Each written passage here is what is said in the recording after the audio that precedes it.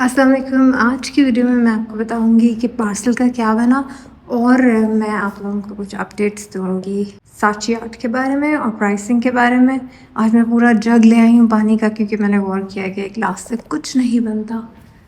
और काम शुरू करते हैं और साथ साथ मैं आपको बताती हूँ। एक्चुअली आंधी बहुत चल रही है आजकल और सफाई करनी पड़ती है बार बार। जितनी मर्जी सफाई करो, थोड़ी देर बाद आप आते हैं तो देखते हैं कि डस्ट पड़ी हुई है। हमने कोई मेड भी नहीं रखी हुई, हम पूरी मॉपिंग वगैरह करते हैं। मतलब आंधी चलती है, सब के सब खिड़कियाँ बंद करने लग जाते हैं। आज मैं आपको इस मैगज़ीन का भी और दिखाती हूँ पेज। एक्चुअली मुझे खुद भी टाइम नहीं मिल रहा इसको देखने का, और मैं भी आप लोगों के साथ ही देखती हूँ। आज मैं देखने आप पेज, बस पेज टर्न किया मैंने, and this is quite not, ये वाला बेहतर है। अच्छा इंटीरियर्स है इसमें। अगर आप लोग नए हैं मेरे इस चैनल पे तो वेलकम टू माय चैनल। मेरा नाम आसिया बाजवा है, मैं एक फुल टाइम आर्टिस्ट हूँ and I love to guide you from making to selling art. और मैं अपना काम बेचती हूँ ऑनलाइन भी, आर्ट गैलरीज में भी। ऑनलाइन मैं मोस्टली यूज़ करती हूँ Saatchi art and Etsy, as well as my own platform Instagram या फिर मेरी वेबसाइट पे, जो कि आजकल एक्टिव तो होगी मगर मैं इसको यूज़ नहीं कर रही, but I use these things otherwise.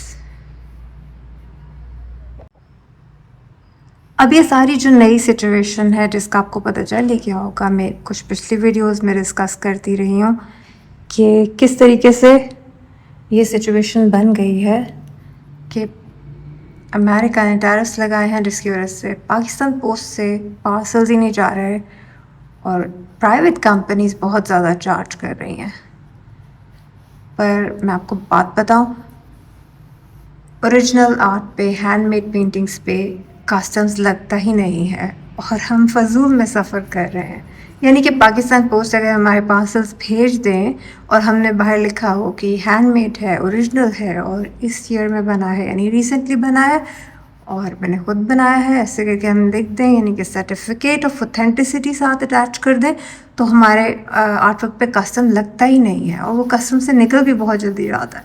तो अगर पाकिस्तान पोस्ट ले जाए हमारा पार्सल तो कोई इसमें हर्ज नहीं है, but this is not going to happen.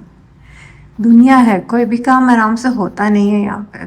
कल मुझे कमेंट आया था कि साची आर्ट, व्हाट अबाउट साची आर्ट, इस तरह का कुछ कमेंट था और वो देखते साथ ही मैंने भी सोचा या व्हाट अबाउट साची आर्ट, और मैं फ़ौरन साची आर्ट पे गई, मैंने वहाँ चेक किया और साची आर्ट वालों ने ऑटोमेटिकली सारी की सारी शिपमेंट की प्राइसेस बढ़ा दी हुई हैं। यानी कि मेरी एक एवरेज पेंटिंग जो है उसकी प्राइस वहाँ पे नज़र आ रही थी $500 से लेके $400 इस तरह से। एटसी को भी ऐसे कोई ऑटोमेटिक सिस्टम रखना चाहिए। मतलब आप लोग देखें कि मुझे पता ही नहीं था कि ये सब कुछ हो रहा है और प्राइसेस का ये सीन चल रहा है, शिपमेंट का ये इशू आ रहा है। आपको हर वक्त तो इसका पता नहीं होता। जितनी देर में एटसी ने बताया उतनी देर में वो सेल हो चुकी थी और मैं उस पर काम करना शुरू हो गई थी। That was a custom order. तो फिर ये चीज़ तो मुश्किल होती है ना। अब एआई का दौर है, एटसी को चाहिए कि ऑटोमेटिकली शिपमेंट जो है ना उसका सेपरेट रख के उसको बढ़ा दिया करे व्हेनेवर दीज थिंग्स हैपन, या फिर पूछ दिया करे एटलीस्ट कि आपने बढ़ाना है कि नहीं। एटसी को मशवरा दूंगी। बहुत साल पहले गूगल को मैंने 2 मशवरे दिए थे और उन्होंने हर रोज़ ही मांगने शुरू कर दिए थे। मेरी वीडियोस में पता नहीं ये टिक टिक की आवाज़ कैसे आ रही होती है। जिस वक्त मैं बना रही होती हूँ मुझे ऐसी कोई आवाज़ नहीं आ रही होती, पर जब मैं एडिट करती हूँ तो फिर एक टिक टिक टिक टिक साउंड होती है। बहरहाल मैंने 2 दिन लगा के अपनी सारी एटसी की शॉप पे और अपनी अम्मी की शॉप पे भी मैंने प्राइसेस बढ़ाई हैं और काफ़ी टाइम लगा काम करने में। मैं भी हैरान थी कि मैंने इतना कुछ अपलोड किया हुआ है, पर एक रिवीजन हो गई है सारी की सारी शॉप के प्रोडक्ट्स की। कुछ चीज़ें मेरी जो है वो लिस्टिंग अभी एक्सपायर हो गई हुई है, कुछ फ्री लिस्टिंग्स मिलेंगी तो फिर मैं उनको दोबारा से रिन्यू करूँगी और उनकी प्राइसेस भी ठीक करूँगी। देखा है, फिर से टिक टिक की आवाज़ आई है। ये मोबाइल में ही कोई चीज़ है जो साउंड ऐसे करती है, या शायद मैं उसको मूव करती हूँ बहुत ज़्यादा, पर मुझे लग रहा है मैं पेंटिंग स्पॉइल कर रही हूँ। व्हाट डू यू से? गॉश, सारा ध्यान मेरा वीडियो की तरफ चला गया है। ये बहुत प्रॉब्लम है और मैंने देखा है कि कई आर्टिस्ट कहते हैं कि ये बड़ा मसला होता है। आप खुद से पिक्चराइज कर नहीं सकते, ये चीज़ बहुत ज़्यादा फोकस मांगती है। ओह माय गॉड, ये चीज़ बहुत ज़्यादा फोकस मांगती है और आप इस तरह से डिस्ट्रैक्ट होके फिर इस पे काम नहीं कर सकते, चीज़ें ख़राब होना शुरू हो जाती हैं। मुझे इस तरह का कलर चाहिए ही नहीं था, मैं तो सॉफ्ट कलर्स लगाना चाह रही थी ग्रेडिंग के साथ। पुराने स्टाइल के काम मैं करना चाह रही थी, पुराने दौर की तरह का। चलो जो हो गया सो हो गया। वैसे मैंने बहुत अरसे से आप लोगों को अपने स्टूडियो की सेट तो करवाई ही नहीं है। मैं आज आप लोगों को कुछ चीज़ें दिखाती हूँ। ये एरिया मैंने थोड़ा सा सेट किया है, कैसा लग रहा है? ये कुछ बुक टाइटल्स मैंने बनाए थे। ये मैंने एक जगह की स्केच बनाया था पेस्टल्स में। और ये सामने जो पेंटिंग है, इत्तेफाक से ये ऐसी जगह पे लगी है जो चीज़ इस पेंटिंग में एक्चुअली बनी हुई है। यहाँ पे भी हमने रेलिंग नहीं लगाई, यहाँ के लिए मैं रेलिंग डिज़ाइन कर रही हूँ, चूज़ कर रही हूँ। कुछ समझ नहीं आ रहा है, सारी जगह पे ग्लास रेलिंग का ट्रेंड आया हुआ है, पर ग्लास रेलिंग इतनी सस्टेनेबल लगती नहीं है। डर लगता है आप सीढ़ियाँ चढ़ रहे हो, ऊपर से ग्लास आपके ऊपर गिर जाए। आई डोंट नो, ट्रेंड तो ऐसा ही कुछ आया हुआ है, एक्सकलेटर की तरह की जो है वो सीढ़ियों की रेलिंग्स है, और मेरे ख्याल से वो सूट भी करेगी हमारे घर पे, जो इसका स्ट्रक्चर है उसके हिसाब से। पर देखते हैं कि क्या करते हैं। बाकी की भी मैं आपको सैर करवाऊंगी। बाकी जगह पे भी मैंने पेंटिंग्स लगाई हैं, काफ़ी बड़ी बड़ी पेंटिंग्स लगाई हैं, मगर मैं किसी वक्त आप लोगों को उसकी सैर करवाऊंगी। क्या हो गया इस ब्रश पर? लगता है कुछ लगा हुआ ही नहीं है। What is the problem? मैं इस पेंटिंग पे अच्छा सा ज़्यादा सा काम करती हूँ, फिर आप लोगों को दिखाती हूँ, क्योंकि मेरा फोकस हट रहा है और मुझे पता है कि ये तबाह हो जाएगी। And as I told you, मेरे भाई को ये बहुत पसंद है। उसको पता भी नहीं है कि मैं इसके ऊपर काम कर रही हूँ आजकल। बड़ी इनकम्प्लीट सी थी, पता नहीं उसको वही चीज़ पसंद आती है जो इनकम्प्लीट होती है, या फिर कुछ गड़बड़ हो जाती है जिसमें। इवन अगर आप कुछ बना के भी खिलाओ ना उसको, जब वो चीज़ ख़राब हुई होती है ना, सही तरह से बनी नहीं होती, उसको लगता है कि ये बहुत टेस्टी बनी है। जब परफेक्ट बनती है तो वो चुप करके खा पी के उठ जाता है। कुछ समझ नहीं आती है कि उसको ऐसा क्यों, हालांकि वो परफेक्शनिस्ट है अपने मामले में, तो हर चीज़ में वो परफेक्शनिस्ट है।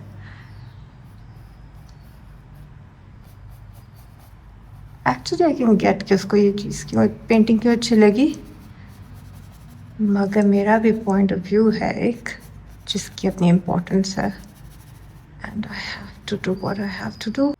काम तो मैं इस पेंटिंग पे भी करती रहूँगी, काफ़ी घंटे लगेंगे, लेकिन मैं आप लोगों को एक बात बताती हूँ कि ये जो अप्स एंड डाउन्स होते हैं ना काम में, जैसे भी पार्सल जा नहीं रहा या कोई भी इशू आता है इस तरह का, this is part of life. इसको इतना सर पे सवार नहीं करना होता कि आप परेशान हो जाए। मैं वैसे थोड़े दिन हुई थी परेशान, क्योंकि मैं काफ़ी अरसे बाद ही काम कर रही हूँ, बीच में गैप आ गया था ये एटसी के ना होने की वजह से भी, और हम लोग शिफ्ट भी कर रहे थे और ऑल दैट।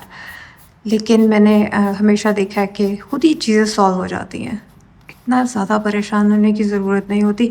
मैं आपको एक बात बताती हूँ, जब मैं ये पार्सल पैक कर रही थी ना, तो मेरे भाई जो बाहर रहता है, मेरे बड़े भाई हैं वो, उनकी कॉल आई थी और वो मुझसे बातें कर रहा था। लेकिन मैंने उसको कहा कि मैंने लास्ट में आज ये पार्सल भेजना है, तो मैं बाद में बात करूँगी, तो खुदा हाफ़िज़। और साथ ही मुझे ख्याल आया कि मैं कैसे लाजमी भेज सकती हूँ, it's not in my hand. मैं पैक भी ज़रूरी नहीं कि ख़ुद कर सकूँ, यानी कि आपके अंदर एनर्जी ना हो पैक करने की उस दिन, तो आप क्या कर सकते हैं?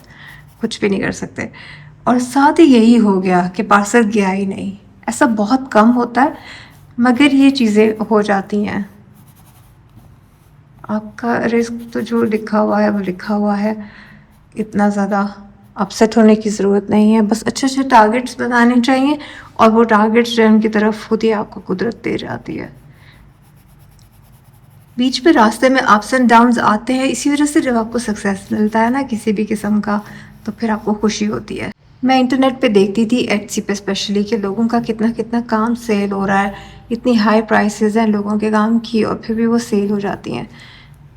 फाइनली जब मैं स्ट्रगल करते करते भूल ही गई कि मुझे भी सेल करनी है, मेरा पूरा फोकस आर्ट की तरफ ही हो गया और मैं अपलोड करती थी और भूल ही जाती थी देखना कि कितने व्यूज़ आ रहे हैं काम को, कितने लोग फेवरेट में डाल रहे हैं मेरी पेंटिंग्स को। ये इतना ज़्यादा फोकस इस पर मेरा रहा नहीं था क्योंकि काम की तरफ ज़्यादा फोकस हो गया था। एक स्टेज आती है, आप इसी तरह ही काम की तरफ ज़्यादा फोकस करना शुरू हो जाते हैं, आपका ऑटोमेटिकली इंटरेस्ट बढ़ जाता है।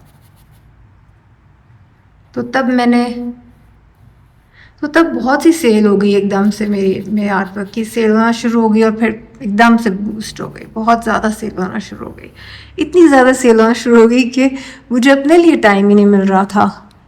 और ऐसे वक्त में स्ट्रेंजली बार बार जो है वो खुशी के आंसू कह लें या बार बार आंखों में आंसू आ रहे होते थे और मैं उस टाइम को याद कर रही होती थी जब मैं स्ट्रगल कर रही थी और मैं सोच रही थी कितना अच्छा टाइम था वो जब मैं स्ट्रगल कर रही थी। तब मैंने रियलाइज़ किया कि हर चीज़ के अपने चैलेंजेस होते हैं, जो काम हो भी जाते हैं उसके भी होने के बाद अपने चैलेंजेस होते हैं। सो आसान तो कुछ भी नहीं होता, इसलिए जो लम्हा गुजर रहा होता है ना उसको एंजॉय करना होता है और उसी में ही पूरी तरह से रहना ज़रूरी होता है। उसी में ही जो कुछ मिला है उसको पूरी तरह से एंजॉय करना और उसके लिए थैंकफुल होना अल्लाह ताला का, ये बहुत ज़रूरी है। इस यूनिवर्स में उसने आप पे करम किया आपकी एग्जिस्टेंस की वजह से, और ये जो छोटे छोटे इश्यूज़ हैं या बड़े बड़े इश्यूज़ भी हैं ये आपके सब्र का इम्तिहान होते हैं। अब ऐसा है कि वो जो बायर है वो चुप करके इंतज़ार कर रहे हैं, वो लोग जानते हैं शायद कि और इस आर्ट वर्क इस प्राइस में नहीं मिलेगा, हर तरफ प्राइसेस बहुत बढ़ गई हैं शिपमेंट की वजह से। हाँ, मुझसे ट्रैंक्विल आर्ट ने एक क्वेश्चन किया था कि साची आर्ट का क्या बना, और प्लस उन्होंने कहा था कि तो बहुत अच्छे अच्छे कमेंट्स दिए थे, थैंक यू सो मच, इतने स्वीट कमेंट्स इतने टफ टाइम में, वो सच ब्लेसिंग। आप लोगों की तरफ से कमेंट्स आते हैं तो बहुत अच्छा लगता है। उन्होंने मेरे सवाल पूछा था कि क्यों साची आर्ट पे पहले पैसे देने पड़ते हैं, आई थिंक यही उन्होंने पूछा था। जब शिपमेंट होती है तब एक्चुअली ये इन प्राइवेट कंपनीज़ का है सारा मामला, इस पर मैंने पूरी वीडियो भी बनाई हुई है। ये लोग पिक ही नहीं करते हैं आके आर्ट, जिसकी वजह से बहुत सारी दुनिया में ये ऐसे कर रहे हैं। मैंने बाहर के भी कई आर्टिस्ट को ये कहते हुए सुना है। तो साची आर्ट तो बुकिंग कर देता है अपनी तरफ से, लेकिन वो पिक नहीं करते आके, फिर हमें ये करना पड़ता है कि खुद ही से भेजना पड़ता है। पिक करने के लिए वो बहुत से बहाने बना लेते हैं, वो ऐसी ऐसी चीज़ें डिमांड करना शुरू कर देते हैं जो कि आप डॉक्यूमेंट्स अरेंज ही नहीं कर सकते, जो कि आप उस पर फॉल ही नहीं करते हैं उस कैटेगरी में, तो आप वो अरेंज नहीं कर सकते। ना वो इधर से बात मान रहे होते हैं ना उधर से, यानी कि एक चीज़ को आप फिक्स करने की कोशिश करते हैं तो दूसरी की तरफ से वो कहते हैं कि नहीं ये भी ऐसे नहीं होगा, वो भी ऐसे नहीं होगा, ये डॉक्यूमेंट चाहिए, वो डॉक्यूमेंट चाहिए, इस किस्म की बातें करते हैं। तो फिर आपको पाकिस्तान पोस्ट से ही सेंड करना पड़ता है। तो ये सारे लोग ही कहते हैं, आप भी देखना बाहर की वीडियोस तो आपको आइडिया होगा कि सब आर्टिस्ट जो है वो यही बात ही कर रहे होते हैं कि साची आर्ट पे हमें खुद ही सेंड करना पड़ता है इवेंचुअली, स्पेशली अगर बड़ा पीस हो आर्ट का। छोटा होगा तो फिर तो वो ले जाएंगे। कोशिश करें बड़ा आर्ट जो है ना वो रोल में भेजें, बिक जाती हैं चीज़ें। मैं पहले समझती थी कि नहीं बिकेगा, बिक जाता है, आप बस काम अच्छा करें। मैं तो सोच रही हूँ बड़े बड़े कैनवासेस ला के बड़ी बड़ी पेंटिंग्स बनाओ, बहुत मज़ा आएगा। Oh my God, it would be such a lovely journey. मेरी अम्मी का भी दिल कर रहा है बहुत बड़ी बड़ी पेंटिंग्स बनाने का। मैं आप लोगों से शेयर करूँगी अपनी भी पेंटिंग्स, और साची आर्ट को माइंड में रखते हुए, मैंने आपको बताया था ना वेबसाइट्स को माइंड में रखते हुए काम करें तो बहुत ज़्यादा अच्छा काम होता है और उस साइट पे काफ़ी ज़्यादा फेमस हो जाता है। तो साची आर्ट को माइंड में रखते हुए मेरा दिल करता है तो पिलर ऑफ आर्ट पे काम करूँ, और सेकेंडली मैं बड़ी बड़ी सी पेंटिंग्स बनाऊँ। आई थिंक फ्लोर पे रख के ना कैनवस को बहुत मज़ा आएगा बनाने का। I try to share these things with you. Try to क्या मतलब शेयर करूँगी, ऑफ कोर्स शेयर करूँगी इंशाल्लाह। अब ये तो कल का किसी को पता नहीं होता कि कल क्या होगा, इसलिए इंशाल्लाह कहना ज़रूरी है। अब मुझे ये समझ नहीं आता कि जब आप इन लोगों से बात कर रहे होते हैं, अंग्रेज़ों से, आई मीन अंग्रेज़ ना भी हों जो भी है, आप यूरोप की साइड से पीक आर्ट की सेल होती है कुछ भी, तो आप उनको कहते हैं ना कि कल तक मैं ये डिस्पैच कर दूँ कि गॉड विलिंग देख सकते हैं आप आगे।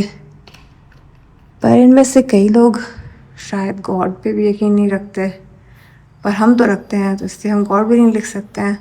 मैं पहले लिखती थी पर मैंने इस दफ़ा लिखा नहीं था, शायद यही वजह हो रही है कि पार्सल जा ही नहीं रहा। कुछ तो गलती की है मैंने, समझ नहीं आ रहा क्या की है। पर wish me good luck and thank you so much for your good wishes. एक ही पर्सन ने मुझे कमेंट किया था, मगर किए बहुत अच्छे कमेंट्स थे and I love that so much. I will see you guys again इंशाल्लाह। इस पेंटिंग पे काम करते हैं, इसको कंप्लीट कर ही लूँ मैं, अंधेरा होने वाला है पर इसको कंप्लीट करना चाहती हूँ मैं। सामने वाली बिल्डिंग्स दिखाई नहीं मैंने आपको काफ़ी दिनों से, काफ़ी ज़्यादा बड़ी हो चुकी है। देखिए ये जो स्पेस चलता है ना, ये आजकल जल नहीं रहा, ये जब जलता तब बहुत अच्छी रोशनी हो जाती है। पर मैं आप लोगों से दोबारा बात करूँगी।